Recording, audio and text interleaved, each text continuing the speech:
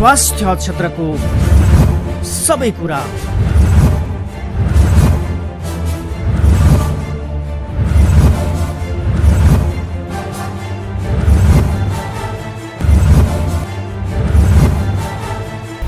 कार्यक्रम स्वास्थ्य दर्पण।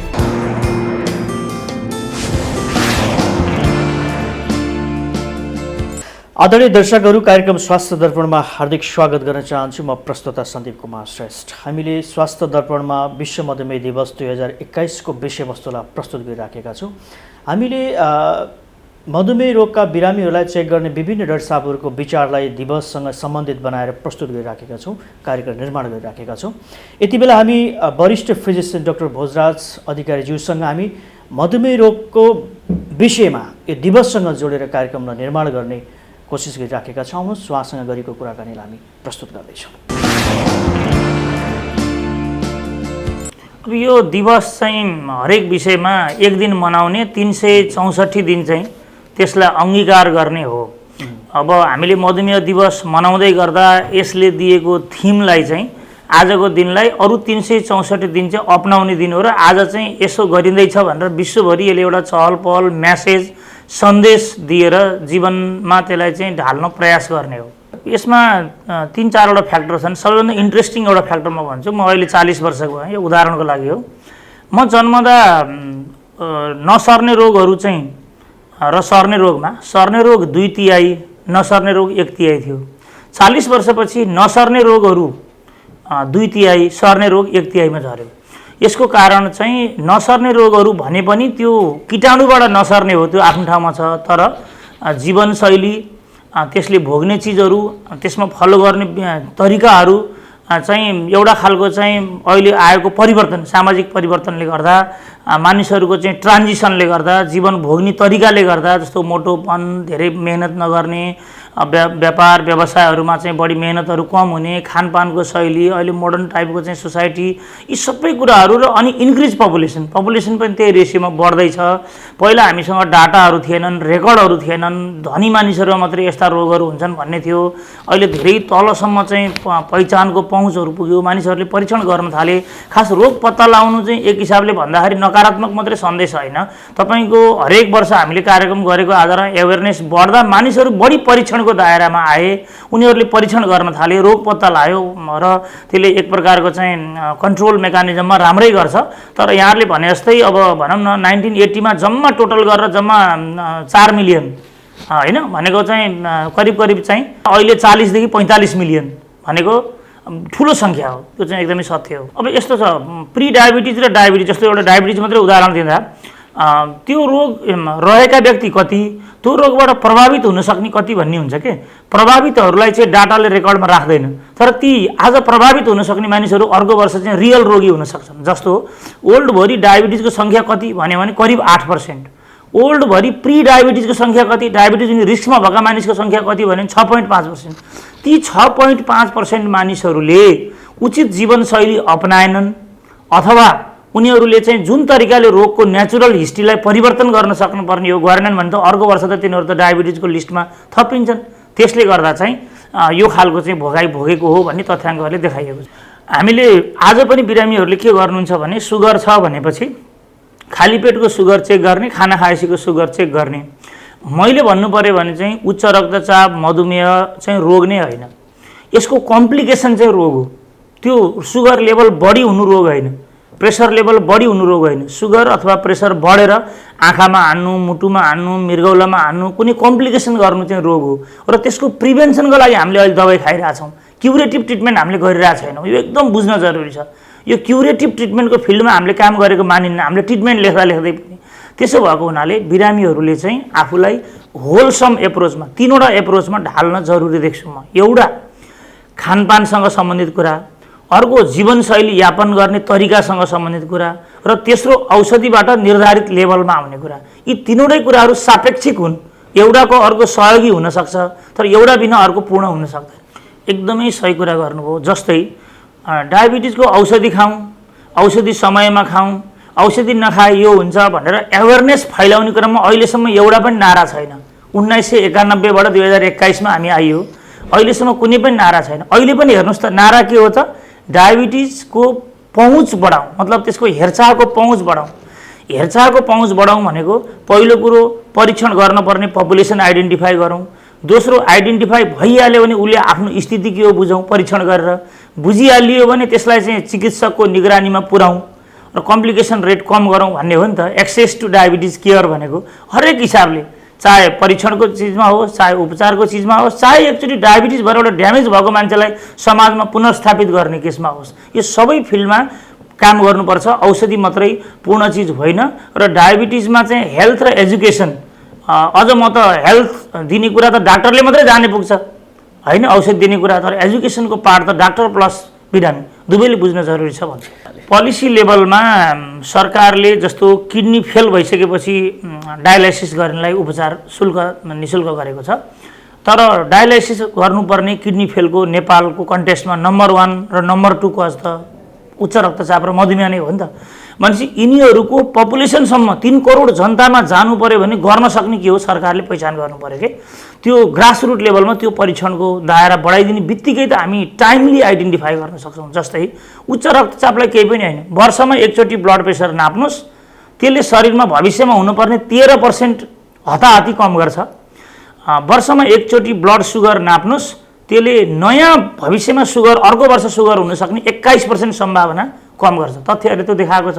भनेपछि त 100मा 13 जना र 100मा 21 जना उच्च रक्तचाप र मधुमेह हुन रोक्ने भएपछि त त्यो प्रिभेन्सन पाटोमा चाहिँ सरकारले स्क्रिनिङ क्याम्पेनहरू देशैभरि गर्न जरुरी छ। त्यसका लागि चाहिँ हेल्थको केन्द्रीय, प्रदेश र स्थानीय तहका हेल्थ युनिटहरूलाई एक्टिभेट गरेर रिसर्च मार्फत त्यसलाई जोड्नुपर्छ र रिसर्चले जे एभिडेन्स दिन्छ त्यसलाई फेरि चिकित्सकहरूले चाहिँ प्रयोग गरेर फेरि ट्रिटमेन्टमा ढाल्नुपर्छ। स्वास्थ्य क्षेत्रको सबै कुरा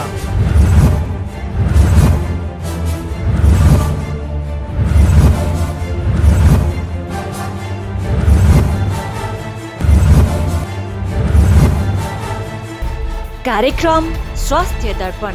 दर्शकहरू, विश्व मधुमेह दिवस 2021 को थिम मधुमेहको हेरचाहमा पहुँच, अहिले नगरे कहिले गर्ने, अत्यन्तै सान्दर्भिक यो हृदय स्पर्शी स्लोगन रहेको छ। 3 वर्ष यो स्लोगनलाई हामीले आत्मसात गर्दै नोभेम्बर 14 संसारभरि मधुमेह दिवस मनाइँदैछ। मधुमेह दिवस मनाउनु मात्रै महत्त्व भएन, यो सन्दर्भको विषयमा हामीले विषयवस्तु प्रस्तुत गर्नु मात्रै महत्त्व होइन। प्रत्येक वर्ष हामीले मधुमेह दिवसको विषयमा विचार विमर्शहरू दर्शकमाझ, श्रोता पाठकमाझ प्रस्तुत गर्दै गर्दाखेरि किन यो सङ्ख्यात्मक हिसाबले बढेको डाटाहरू हामी सुन्न सक्छौँ, किन घट्दैन, यसको नियन्त्रण किन आउँदैन लगायतका विषयलाई हामी फेरि पनि प्रस्तुत गर्दैछौँ। कार्यक्रम हेर्दै गर्नुहोला। विश्वमा करिब 45 करोड मधुमेहहरू छन्। 45 करोडमा अर्को 45 करोड मधुमेह हुन सक्ने पपुलेसन छ। हेर्नुहोस् है कस्तो इन्ट्रेस्टिङ छ। 7.5 अरब मान्छेमा करिब 1 अरब त मधुमेह भएका र मधुमेह हुन सक्ने मानिसहरूको सङ्ख्या छ। इन्डियामा मात्रै हजुरहरूले बुझ्नु भएकै होला करिब 10 करोडको हाराहारीमा मधुमेही छन्। इन्डिया र चाइनालाई त हजुर एउटै देशमा इन्डिया र चाइनालाई त मधुमेहको राजधानी नै भनिन्छ। पहिला पहिला वेस्टर्न कन्ट्रीहरू, मोडर्न कन्ट्रीहरू, बढी खाने पिउने सोसाइटीहरूमा हुन्छ भनिएको रोग अहिले आएर चाहिँ चाइना इन्डिया हब भइसकेपछि हामी त दुईवटाको बिचमा छौँ, हामी क्रस कल्चर सोसाइटीमा छौँ। भनेपछि नेपालको पनि करिब करिब प्रारम्भिक डाटाहरूले 8% को हाराहारी मधुमेहहरू भएको आँकडा छ। तर पछिल्लो चरणहरूमा सानो सानो सहर केन्द्रित स्टडीहरू भनेको काठमाडौँ, चितवनको भरतपुर एरियामा केन्द्रित स्टडीदेखि लिएर एकदम गाउँमा भएको स्टडीमा 3% देखि लिएर 21% सम्म मधुमेह हुन सक्ने डाटा देखियो। 3% गाउँतिर बढी देखिन कारण उहाँहरूको मेहनत, शारीरिक परिश्रम र खानाको प्याटर्न होला भने जीवनशैली, मोटोपन, व्यापार व्यवसाय, स्ट्रेस, तनाव यो चाहिँ फेरि अर्बान सोसाइटीमा जुन विकसित सोसाइटी हाम्रो काठमाडौँ भरतपुरको कुरा होला। एउटा मात्रै स्टडीको कुरा गर्दा हामीले चाहिँ भरतपुर 9मा एउटा अध्ययन गरेका थियौँ। त्यो 9को अध्ययनमा चाहिँ 21% उच्च रक्तचाप र 12% मधुमेहका बिरामीहरू देखियो। त्यसो भएको भएर मैले समग्रमा भन्न खोजेको के हो त भन्दा विश्वभरिको डाटा करिब 8% भनिएको भन्दा नेपालको डाटा बढी छ भनेर सजिलै आकलन गर्न सकिन्छ। त्यसकारण यो विकसित देशहरूको मात्रै समस्या नभइकन अहिले बेसिकली साउथ इस्ट एसिया अथवा गरिबीबाट मध्यमवर्गीय सोसाइटीमा जान खोजेको समाजको बढी समस्या हुन सक्छ। किनभने सबैभन्दा बढी मानिसहरूको बसाइसराई, खानपानमा चेन्ज, रहनसहनमा चेन्ज, सोचाइमा चेन्ज र जीवन जिउने तरिकामा चेन्ज यही वर्गमा बढी हुन्छ। त्यसकारण मलाई त्यस्तो लाग्छ। यो नारालाई यदि हामीले आत्मसात गर्ने हो भने डायबिटिजलाई चाहिँ रिस्क फ्याक्टरै निस्किन नदिने, रिस्क फ्याक्टर आइसकेपछि त एउटा स्टेप क्रस गर्यो, रिस्क फ्याक्टरै आउन नदिने अभियानहरू एउटा चलाउनु पऱ्यो। जस्तो मोटो नै हुनु भएन, स्ट्रेसफुल लाइफ नै नजिउने तरिकाको बारेमा एवेरनेस हुनु पऱ्यो। आमा बुवालाई प्रेसर सुगर छ भने बच्चाले केही नै नहुँदा नै परीक्षण गर्नुपर्छ भन्ने कुराको एजुकेसन लिनु पऱ्यो। त्यसलाई हामीले प्राइमोर्डियल प्रिभेन्सन भन्छौँ। खतराका चिन्हहरू पनि नजन्मिँदै लिने सजगता, त्यो पनि एउटा एक्सेस टु केयर नै हो। दोस्रो चाहिँ खतराका केही सूचकहरू आइसक्यो भने त्यसलाई केयर गर्ने तरिका, जस्तो मानिस मोटो भयो, रगतमा कोलेस्ट्रोलहरू बढ्यो, स्ट्रेसजनक सोसाइटी छ, घरमा अर्को एउटालाई सुगर भइसक्यो, ऊ पनि प्री डायबिटिज स्टेजमा छ भने उसलाई कुन तरिकाले परीक्षणमा गरेर उचित केयर दिन सकिन्छ, त्यो प्राइमेरी प्रिभेन्सन भयो। अब डायबिटिज त भइ नै सक्यो भने उनीहरूलाई चाहिँ विशेषज्ञ मार्फत होलसम एप्रोच दिने। होलसम एप्रोच भनेको उसको सुगर नियमित राख्ने छँदैछ, उसको जीवनशैली र खानपानका कुराहरू छँदैछ, सुगरका कम्प्लिकेसन हुन नदिनलाई आँखाको परीक्षण, मुटुको परीक्षण, मृगौलाको परीक्षण यी आदिलाई पनि पेसेन्टले चाहिँ बिरामीको डायबिटिज केयरभित्र पर्छ भनेर एजुकेसन पनि दिने र ट्रिट पनि गर्ने। र अन्त्यमा चाहिँ सुगर भयो, एउटा ड्यामेज भइसक्यो भने उसलाई सोसल पुनर्स्थापना गर्ने। जस्तो डायबिटिजले गर्दा खुट्टा काट्नु पऱ्यो, एम्पुटेसन गर्नु पऱ्यो भने ऊ व्हिल चेयर लिमिटेड हो भने व्हिल चेयरमा उसलाई पठाएर राम्रोसँग सामाजिकमा भोकेसनली उसलाई कुनै जब दिनु पऱ्यो, त्यसले पनि एक प्रकारको उसले समाजमा आफूले केयर भएको महसुस गर्छ।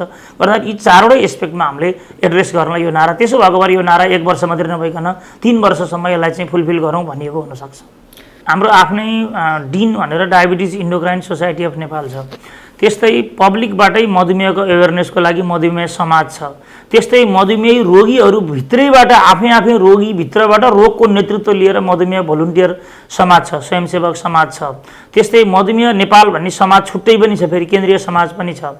र यसलाई नेटवर्किङ गर्नलाई चाहिँ नन कम्युनिकेबल डिजिजलाई एड्रेस गर्न विभिन्न स्कलरी लेभलमा इन्डोक्राइन र कार्डियो र तपाईँको चाहिँ नेफ्रो र इन्डोक्राइन यसरी विभिन्न फरक फरक मेडिसिन विषयका सुपर स्पेसिलिटी विषयहरूको कनेक्सनको सञ्जाल पनि छ। यी सबैको उद्देश्य चाहिँ अघि मैले भनेका चारवटै हेल्थका डाइमेन्सनहरूमा काम गर्ने नै हो। 35 जना इन्डोक्राइनोलोजिस्टहरूको चाहिँ अब प्रष्ट रूपमा संलग्नता भएको 35 जनाको छ भने इन्डोक्राइन प्र्याक्टिस गर्ने र त्यसमा इन्भल्भ भएका डाक्टर साहबहरूको सङ्ख्या 150 भन्दा बढी छ। तपाईँको चाहिँ काठमाडौँमा भित्र मात्रै करिब 22 जना इन्डोक्राइनोलोजिस्ट प्र्याक्टिस हुनुहुन्छ। अहिले चितवनमा पनि इन्डोक्राइनोलोजिस्टको डाक्टर साहबहरू आउनु भएको छ। कहीँ पहुँच बढाउनलाई, जस्तो यही नारालाई चाहिँ एड्रेस गर्नलाई चाहिँ काठमाडौँको डाक्टर साहबहरू बाहिर जाने, बाहिरको डाक्टर साहबहरू अझ रिमोट एरियामा गएर सर्भिसहरू दिइरहनु भएको छ। मानिसहरूले चाहिँ अल्टरनेटिभ विद्याबाट मात्रै सुगर ठिक हुन्छ भन्ने सोच्थे। अघिल्ला दिनहरूमा आयुर्वेदिक धुलोहरू खाने, पाउडरहरू खाने, घरमै भएका निमपत्ताहरू चपाउने थियो। हामीले सबैतिरबाट भन्यौँ हाम्रो औषधिहरू पनि त्यसरी नै वैज्ञानिक अध्ययन गरेर तिनै निमपत्ता, तिनै हर्रो बर्रोहरूबाट बन्ने हो र त्यसको त्यसलाई काटछाँट गरेर त्यो कहिलेसम्म चल्ने, त्यसको साइड इफेक्ट के, त्यसको तिथि कहिलेसम्म, मिति कहिलेसम्म, त्यसको डोज कति हो, त्यो सब झन् बढी अध्ययन गरेर आएको भनेपछि उहाँहरूमा चाहिँ यसको स्वीकार रेट पनि बढेको छ। हामी अहिले इन्सुलिनको 100 वर्ष मनाउँदैछौँ। डायबिटिज उपचार गर्ने कुरामा चाहिँ इन्सुलिन पत्ता लागेको, बेन्टिङ एन्ड बेस्टले पत्ता लागेको 100 वर्ष भयो। यो शताब्दी पनि मनाउँदैछौँ। मानिसहरूले इन्सुलिनलाई स्वीकार गर्ने रेट पनि बढ्यो। अब यहाँलाई धन्यवाद, यस्तो खालको सामाजिक विषय स्वास्थ्य शिक्षालाई जोडिदिनु भएको छ। अब यो ग्लोबल प्रब्लम हो, विश्वभरिको प्रब्लम हो। यो इकोसिस्टम नै हो, रोगको पनि इकोसिस्टम हुन्छ। स्वस्थ जीवनको मात्रै इकोसिस्टम नभइकन रोगको पनि इकोसिस्टम हुन्छ।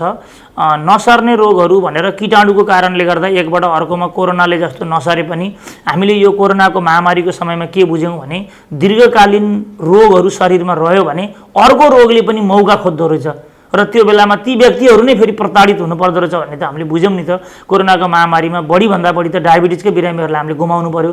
त्यसकारण डायबिटिजको बिरामीहरूले डायबिटिज मात्रै कन्ट्रोल गरेर पुग्दैन कि उहाँहरूको इम्युनिटी लो हुने र अन्य मुटु, मृगौला लगायत अरू रोगहरूमा पनि खतरा हुने हुनाले उहाँहरूले समग्र रूपमा आफ्नो अवस्था के हो भनेर एउटा चाहिँ निश्चित समयमा भनौँ न कमसेकम वर्षमा 2 पटक परीक्षणको दायरामा आउन म अनुरोध गर्छु। दर्शकहरू, कार्यक्रम स्वास्थ्य दर्पणमा हामीले विश्व मधुमेह दिवस 2021 को सन्दर्भलाई प्रस्तुत गर्यो। कार्यक्रम कस्तो लाग्यो? हामी अन्य प्रस्तुतिमा फरक विषयवस्तुको साथ उपस्थित हुनेछौँ। कार्यक्रम हेरेर साथ दिनुभयो, यहाँप्रति हामी आभारी छौँ। आजको यस कार्यक्रमबाट म लगायत सम्पूर्ण युनिट बिदा चाहन्छौँ। नमस्कार।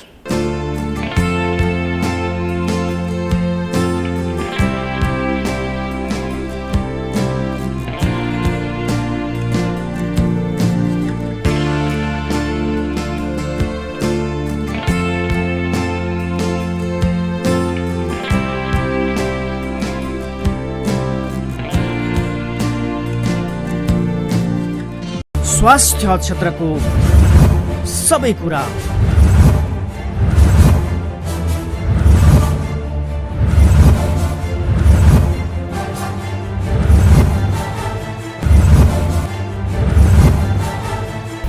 कार्यक्रम स्वास्थ्य दर्पण